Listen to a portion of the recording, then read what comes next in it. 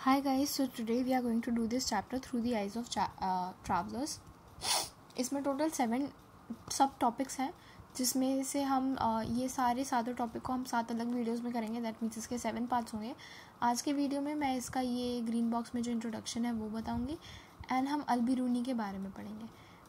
But before we begin with the chapter मैं आपको एक ओवरव्यू देना चाहूँगी इस चैप्टर का. सो इसमें बेसिकली आपको 3 ट्रैवलर्स के बारे में पढ़ना है. ठीक है, वो 3 ट्रैवलर्स आपके कौन है. सबसे पहले तो आपके आ गए हैं अल-बिरूनी. ठीक है, सबसे पहले आपके अल-बिरूनी आएंगे. अल-बिरूनी जो है वो उज़्बेकिस्तान को बिलोंग करते हैं और ये 11th सेंचुरी में इंडिया को आए थे और उन्होंने क्या क्या चीज़ें ऑब्ज़र्व करी हम वो पढ़ेंगे. उसके बाद हमें दूसरे ट्रैवलर का नाम पता होना चाहिए, इब्न बतूता. या आपने 4th-5th स्टैंडर्ड में एक पोम भी थी, इब्न बतूता पहन के जूता निकल पड़े जापान में, राइट. ये वाली मैंने देखी है जब मैं 4th स्टैंडर्ड में थी. तब मेरे हिंदी के लिटरेचर बुक में एक पोम थी ये इब्न बतूता पे. सो इसलिए मेरे को ये याद है. एंड ये मोरक्को को ट्रैवल करते हैं और ये 14th सेंचुरी में इंडिया को आए थे और उन्होंने क्या क्या चीज़ें ऑब्जर्व करी हम उस पर पढ़ेंगे.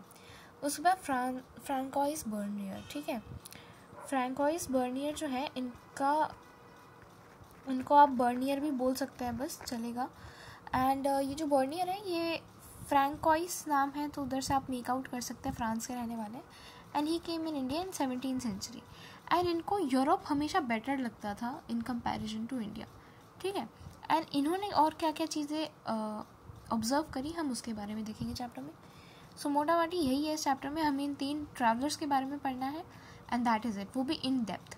ठीक है, तो सबसे पहले आज के वीडियो में हम अल-बिरूनी देखेंगे, अगले वीडियो में फिर इब्न बतूता, उसके बाद फ्रैंकोइस बर्नियर एंड उसके बाद फिर और भी चीज़ें हैं बट घूम फिर के ये इन्हीं तीनों लोगों पे घूम फिर के आ जाएंगी. ठीक है, फिर एंड में फिर हमें एक वुमेन पे एक टॉपिक देखने की, लाइक वुमेन एंड स्लेव्स का क्या रोल था इंडिया में इस 10th to 17th सेंचुरी में. सो उस पर हम एक नज़र दोहरा लेंगे एक बार. Let's start. अब इधर फर्स्टली आपको क्या बोल रहा है, इसमें आपको बोला जा रहा है कि जो वुमेन और मेन है, मैं ये चेंज कर लेती हूँ, लेट्स डू इट ब्लू.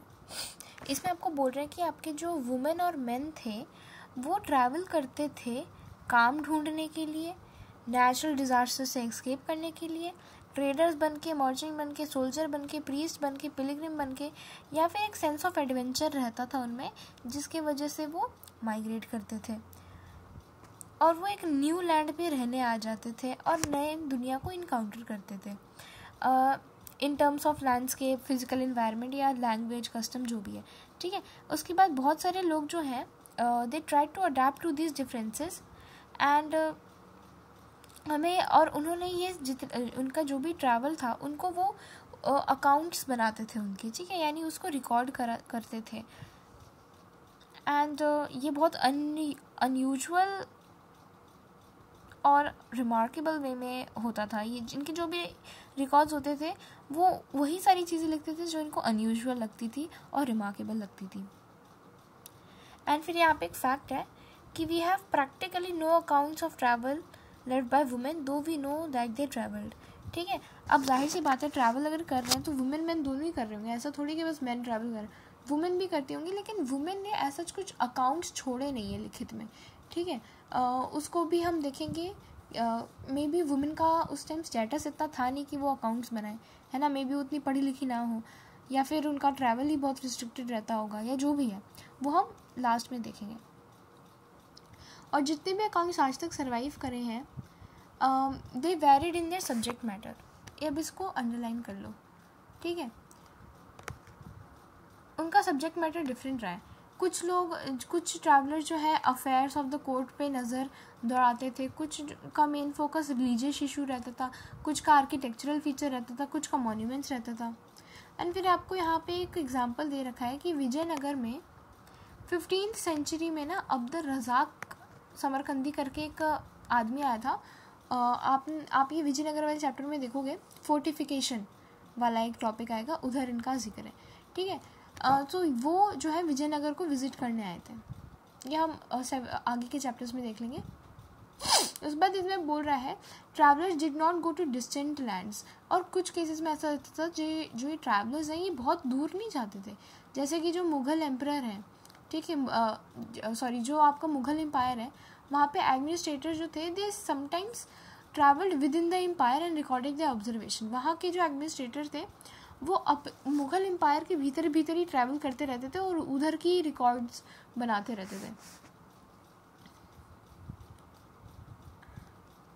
हम इस चैप्टर में क्या देखेंगे, हम इस चैप्टर में ये देखेंगे कि कितना इनरिच्ड नॉलेज लोग छोड़ के गए हैं और क्या क्या डिस्क्रिप्शन दिया है उन्होंने अपनी नज़रों में, उनको कैसा लगा हमारा इंडिया वाला रीजन, ठीक है, और उनके की सोशल लाइफ के बारे में क्या लिखा है, एंड जो आपका जो ये इंडियन सब कॉन्टिनेंट था उसके बारे में वो क्या बोलते हैं। और उसके बाद यहाँ पे जो मैंने आपको स्टार्टिंग में बताया, अल बिरूनी जो थे वो जो है उज़्बेकिस्तान के रहने वाले थे और 11वीं सेंचुरी में इधर आए थे, ठीक है। इब्न बतूता जो थे वो मोरक्को के रहने वाले थे। आपसे ये भी पूछ सकते हैं मोरक्को कहाँ पे है, so it is in north western Africa, ठीक है। और वो यहाँ पे कब आए थे, 14वीं सेंचुरी में आए थे। और उसके बाद एक फ्रेंचमैन था, यानी फ्रांस का बंदा था, फ्रैंकोइस बर्नियर, वो 17वीं सेंचुरी में इधर आए थे, ठीक है। तो इसमें ये तीनों फैक्ट्स बहुत अच्छे से याद रखना। मोरक्को नॉर्थ वेस्टर्न अफ्रीका में पड़ता है, ये भी याद रखना। अब देखो, जैसे मैंने आपको बताया जो भी ट्रैवलर्स आते थे यहाँ पे वो ऐसी चीज़ों के बारे में उल्लेख करते थे अपना, जो चीज़ें उनको अनयूजुअल लगती थी, जैसे कि कोकोनट, ठीक है। जो आपको ये कोकोनट था वो विदेश जहाँ से वो यूरोप से आए थे, अफ्रीका से आए थे, और फ्रांस से आए थे, उज़्बेकिस्तान से आए थे, ये जहाँ से भी आए थे, ठीक है।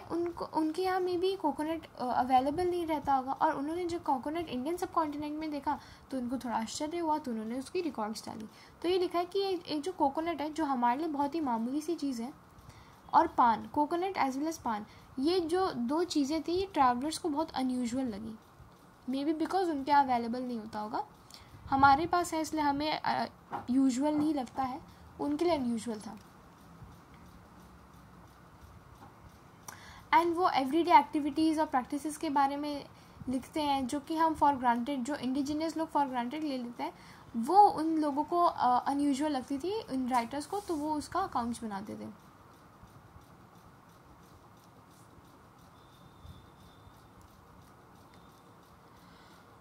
अब हम यहाँ पे अल बिरूनी के बारे में देखेंगे। अल बिरूनी पे जाने से पहले मैं साइड बाय साइड आपको जितने भी छोटे मोटे सोर्सेज आ रहे हैं वो भी करा रही हूँ। और Al Biruni described his work as, ठीक है। अब यहाँ पे अल बिरूनी ने जो कि ट्रैवलर थे उन्होंने क्या लिखा है, 11वीं सेंचुरी में आए थे उज़्बेकिस्तान से, उन्होंने अपने वर्क के बारे में लिखा है, a help to those who want to discuss religious question with them and as repertory of information to those who want to associate with them. ये इन्होंने अपने काम के बारे में लिखा था, नॉट बिल्कुल भी इम्पोर्टेंट नहीं है, आगे बढ़ते हैं। अब देखो यहाँ पे अल बिरूनी एंड किताबुल हिंद के बारे में लिखा हुआ है, ठीक है। अगर आपसे कोई पूछे ये किताबुल हिंद नाम की चीज़ क्या है, तो अल बिरूनी ने किताब लिखी थी, उसका नाम था किताबुल हिंद, ये मतलब हुआ इसका, ठीक है।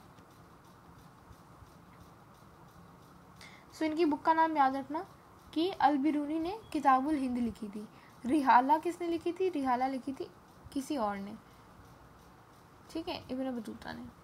अब देखो, फ्रॉम ख्वारिज़्म टू पंजाब, अल बिरूनी जो है वो 973 में पैदा हुए थे ख्वारिज़्म नाम की जगह पे, जो कि अभी प्रेजेंट है उज़्बेकिस्तान से।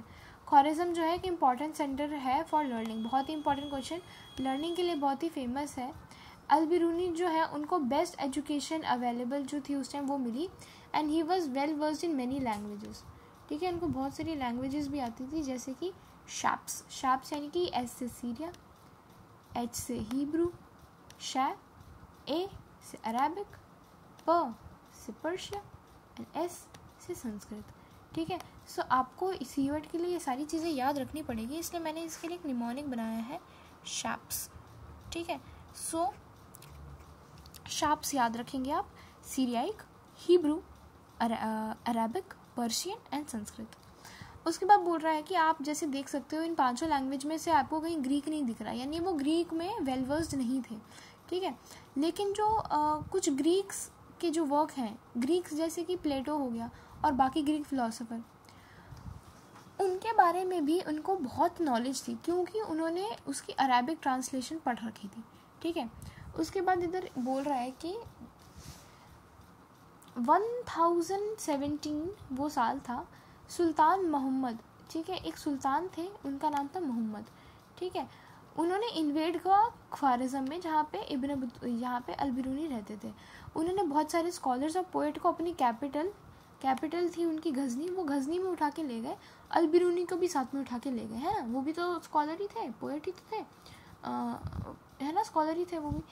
और जैसे ही अल-बिरूनी गज़नी आए, उनको वो एक हॉस्टेज बन के आए, यानी एक बंदी बन के आए। लेकिन ग्रेजुअली उनको वो सिटी अच्छी लगने लगी जो जहाँ पे सुल्तान मोहम्मद उनको लेके आए गज़नी में, और उन्होंने अपनी बाकी की लाइफ वहीं पे गुजारी, और 70 की उम्र में उनका देहांत हो गया। ये चीज़ not important, but still I would say कि याद कर लो, बिकॉज CRT में ये ना यू डोंट नो कि कहाँ से क्वेश्चन पूछ लें। बहुत ही ईजी सा है, थोड़ा बहुत याद रख लो कि 70 की उम्र में उनकी देहांत हो गई थी। और तो ऐसा पूछेंगे नहीं, लेकिन अगर आ गया तो यू नो ना कितना इम्पॉर्टेंट रहता है CWET में ये सब पढ़ना, यू नो, एक मार्क्स 5 नंबर कैरी करता है। So that's why I would just say ये भी याद रख लो, although it is not important. उसके बाद ये बोल रहे, उसके बाद अब देखो यहाँ पे उनकी लाइकिंग स्टार्ट हो गई थी गज़नी को लेके। इट वाज इन गज़नी जहाँ पे अल-बिरूनी जो थे उनको इंटरेस्ट आया इंडिया में। अब देखो, अब इसको अंडरलाइन कर लो, ये बहुत ही ज़्यादा इंपॉर्टेंट है। It was in dash that the Al Biruni developed an interest in India. तो इट वाज गज़नी जहाँ सुल्तान मोहम्मद उनको होस्टेज बना के लाए थे। और ये कोई अनयूजुअल हरकत नहीं थी कि उनको गज़नी से प्यार हो गया था जगह से। अगर आप संस्कृत वर्क देखो, एस्ट्रोनॉमी में, मैथमेटिक्स में, मेडिसिन में, तो उन सभी को अराबिक में ट्रांसलेट करा गया था। अराबिक में ही was well versed, that means उन्होंने काफ़ी सारे Sanskrit work on astronomy, mathematics, medicine पढ़ रखा था, और है ना, और उसके अलावा उनको संस्कृत भी आती थी, तो उन्होंने ये सब पढ़ रखा था। जब पंजाब जो है वो गज़नवीद एम्पायर का पार्ट बना, तो कॉन्टैक्ट्स जो थे लोकल पॉपुलेशन के, उनको हेल्प करे एक इन्वायरमेंट ऑफ म्यूचुअल ट्रस्ट बनाने में, अंडरस्टैंडिंग बनाने में, ठीक है। उसके बाद ये बोल रहे कि अल-बिरूनी जो थे उन्होंने मोस्ट ऑफ द टाइम अपना ब्राह्मण प्रीस्ट और स्कॉलर्स के साथ निकाला। सो ये अगेन इंपॉर्टेंट क्वेश्चन कि अल-बिरूनी जब गज़नी में रहते थे तो वो किन के साथ टाइम बिताया करते थे। सो वो ब्राह्मणिकल प्रीस्ट और स्कॉलर्स के साथ टाइम बिताते थे, वहाँ पे संस्कृत पढ़ते थे, रिलीजियस फिलोसफिकल टेक्स्ट पढ़ते थे। उनका जो इटिनरी है वो इतना क्लियर नहीं है, but it is likely that he travelled widely in Punjab and parts of north India. उनका इटिनरी यानी कि वो कहाँ कहाँ ट्रैवल करे वो हमें क्लियर नहीं है, लेकिन ऐसा प्रतीत होता है कि वो पंजाब और नॉर्दर्न पार्ट्स ऑफ इंडिया में काफ़ी अच्छा घूमे हैं। जो ट्रैवल लिटरेचर जो थी was already accepted part of Arabic literature by the time he wrote it. उसके बाद this literature dealt with lands as far apart as Sahara desert, river Volga. So while few people in India would have read Al-Biruni before 1500, many other outside may have done so. यानी अल-बिरूनी जो थे काफ़ी famous थे outside India as well, ठीक है। अब देखो, जैसे मैंने आपको बताया किताबुल हिंद के बारे में एकदम स्टार्टिंग में, यहाँ पे अगर आप इधर का देखो, किताबुल हिंद लिखा हुआ है even in the sub topic. अब हम किताबुल हिंद के बारे में डालेंगे, बहुत ही ज़्यादा इंपॉर्टेंट है, यहाँ से ज़रूर आएगा क्वेश्चन। देखो, अल-बिरूनी की किताबें, सबसे पहले तो ये याद रखना है कि अल-बिरूनी की किताबें किताबुल हिंद, ठीक है, ये अरेबिक भाषा में लिखी गई थी, very important. It is simple and lucid, simple यानी साफ शब्दों में सरल भाषा में लिखी है। वॉल्यूमिनस टेक्स्ट है, यानी काफ़ी भारी भरकम किताब है। डिवाइडेड इंटू 80 चैप्टर्स, देखो 80 चैप्टर्स याद रखना कि it is divided into how many chapter. और इसमें कौन कौन से सब्जेक्ट्स के बारे में लिखा गया है, रिलीजन के बारे में लिखा है, ये भी एक बार पढ़ लो, ठीक है, इंपॉर्टेंट है। रिलीजियस के बारे में लिखा है, फिलॉसफी के बारे में, फेस्टिवल्स के बारे में, एस्ट्रोनॉमी के बारे में लिखा है, एल्केमी के बारे में, मैनर्स के बारे में, custom, social life, weights, measure, iconography, law and metrology, यानी बहुत सारे सब्जेक्ट मैटर थे इनकी किताब में। और इनकी किताब सिंपल और ल्यूसिक थी, अरेबिक में लिखी गई थी, 80 चैप्टर्स थे, और क्या क्या चीज़ें कवर करी इन्होंने वो भी, ठीक है। सो यहाँ पे बेसिकली अरेबिक याद रखना है, 80 चैप्टर्स अच्छे से याद रखना है। उसके बाद देखो, जनरली नॉट ऑलवेज, अल-बिरूनी का ना एक लिखने का स्टाइल था, उन्होंने एक distinctive structure in each chapter adopt किया था। वो क्या करते थे, वो किताब लिखते थे, जब कोई चैप्टर लिखते थे तो वो सबसे पहले he would begin with a question. ये इंपॉर्टेंट है, ठीक है, ये आपसे पूछ सकते हैं कि अल-बिरूनी के राइटिंग स्टाइल क्या थी। राइटिंग स्टाइल ये थी कि जब वो कोई चैप्टर लिखते थे तो सबसे पहले ऑडियंस से ये क्वेश्चन पूछते थे, उसके बाद उसका डिस्क्रिप्शन देते थे बेस्ड ऑन सांस्कृतिक ट्रेडिशन। अगेन इम्पॉर्टेंट कि जब वो बिगिन करते थे क्वेश्चन से, फिर उसका फॉलोअप में फिर उसी चीज़ अपने ही क्वेश्चन का खुद ही जवाब देते हुए जो डिस्क्रिप्शन लिखते थे वो किस पे बेस्ड रहता था, तो वो सांस्कृतिक ट्रेडिशंस पे बेस्ड रहता था। और उसके बाद वो कंक्लूड कैसे करते थे, कंक्लूड करते थे कंपैरिजन करके, ठीक है, कंपैरिजन विद अदर कल्चर्स। और जो कंक्लूजन देते थे जब वो अपनी चैप्टर का या किताब का, तो वो एक कल्चर को दूसरे से कंपेयर एंड कॉन्ट्रास्ट करके इस तरीके से अपना कंक्लूड करते थे।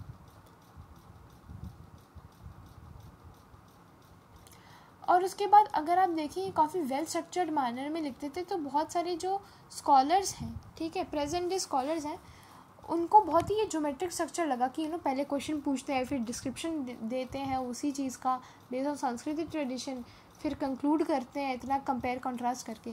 तो बहुत ही जियोमेट्रिक स्ट्रक्चर है, नहीं बहुत ही इमैक्यूलेटेड है, ठीक है। ये एक उदाहरण है उनके प्रिसीजन का और प्रिडिक्टेबिलिटी का, ठीक है।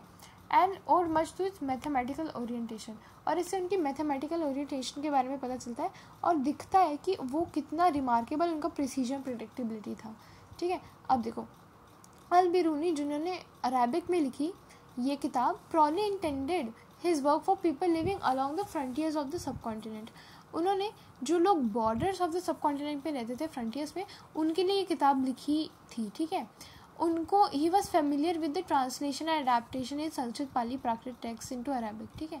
These range from fables of work on astronomy, medicine. However he was also critical about the ways in which these text were written, clearly wanted to improve them. Not important, पढ़ लो बस एक बार, जितना underline कराया आप बस उतना पढ़ के जाना, ठीक है, एग्जाम से पहले। अब देखो यहाँ पे एक छोटा सा बॉक्स है, metrology is the science of measurement, तो पता होना चाहिए साइंस ऑफ मेजरमेंट को क्या कहते हैं, मेट्रोलॉजी। सो यानी कि मेट्रोलॉजी मेजरमेंट, एम से मेट्रोलॉजी, एम से मेजरमेंट, इस तरीके से याद रख लो। अब हम आते हैं हिंदू पे। So as you can see ये वीडियो 17 मिनट का हो गया, ऑल्दो हमारा बस इतना ही है। नेक्स्ट वीडियो में हम इब्न बतूता से स्टार्ट करेंगे, बट स्टिल ये टॉपिक जो था उतना कुछ बड़ा नहीं था, बट स्टिल मेरे को ऑलमोस्ट 20 मिनट लग जाएंगे इसमें, क्योंकि मैं एक एक बॉक्स और सोर्स भी करा रही हूँ। So it is a 2-in-1 thing for you, all in one thing, 2-in-1 भी क्या, ऑल इन वन, क्योंकि आप फिर सोर्सेज के लिए अलग वीडियो देखोगे, हर चीज़ के लिए अलग, मैं सब कुछ अभी ही करा रही हूँ। So I think that is the best thing you can get, right. अब देखो यहाँ पे अब हिंदू के बारे में पढ़ते हैं। ये जो टर्म हिंदू है ये डिराइव किया गया है एक ओल्ड पर्शियन वर्ड से, ठीक है, जो कि 6th-5th सेंचुरी में यूज़ करा जाता था। और ये जो हिंदू है, हिंदू एक रीजन को स्पेसिफाई करता था, वो रीजन था east of the river Sindhu. Sindhu यानी इंडस एक तरीके से, यानी कि जो भी सिंधु रिवर के ईस्ट में रहता है उसको हिंदू नाम की जगह से जाना जाता था, ठीक है। जो अरब्स थे उन्होंने उसका पर्शियन यूसेज जो था उस रीजन का, उसको अल हिंद करके बुलाया, ठीक है। उस रीजन को, जो हिंदू रीजन था उसको उन्होंने अल हिंद करके बुलाया अरब्स ने, और अल हिंद जो हिंदू जगह थी उसको अल हिंद बोला, और वहाँ के रहने वाले लोगों को हिंदी बोला। और उसके बाद जो तुर्क्स आए उन्होंने उसी जगह को, यानी ईस्ट ऑफ इंडस वाली जगह को हिंदू बोला, जो कि ओरिजिनली था, और वहाँ की उधर के लोगों को हिंदू बोला। वो एरिया का नाम हिंदू था, लेकिन तुर्क्स ने क्या किया, वहाँ के लोगों को हिंदू बोला और उनका जो लैंड था उसको हिंदुस्तान बोल दिया। सो यहाँ पे ना बच्चा अक्सर कंफ्यूज हो जाता है कि हिंदू किसको बोला, हिंदुस्तान किसको बोला, क्या क्या बोला, ठीक है। और उनकी लैंग्वेज को हिंडावी बोला। None of this expression indicated a religious identity. और ये इंपॉर्टेंट है कि इनमें से आप देखो, अभी आप हिंदू बोलोगे तो हिंदू आपको लगेगा रिलीजन है, लेकिन उस टाइम हिंदू जगह को डिनोट किया जाता था उससे, कोई रिलीजन को नहीं।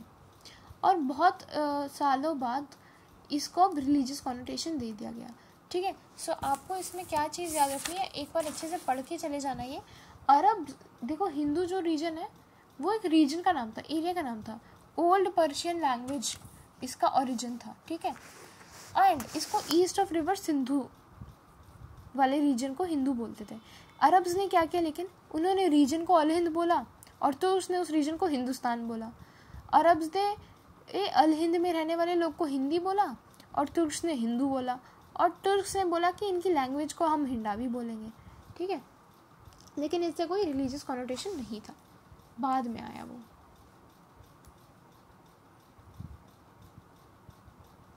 यहाँ पे ये आप एक फ़ोटो देख लो, यहाँ पे सीयूएट में पिक्चर बेस्ड क्वेश्चन भी आते हैं, ठीक है। तो ये पिक्चर अच्छे से देख लो। ये एक इलस्ट्रेशन है 13th सेंचुरी के अरेबिक मैन्यूस्क्रिप्ट का, जो कि दिखा रहा है कि एथेनियन करके एक स्टेटमैन था और पोएट था, ठीक है, who lived in the 6th century BC addressing his students. So आपको इतना पता होना चाहिए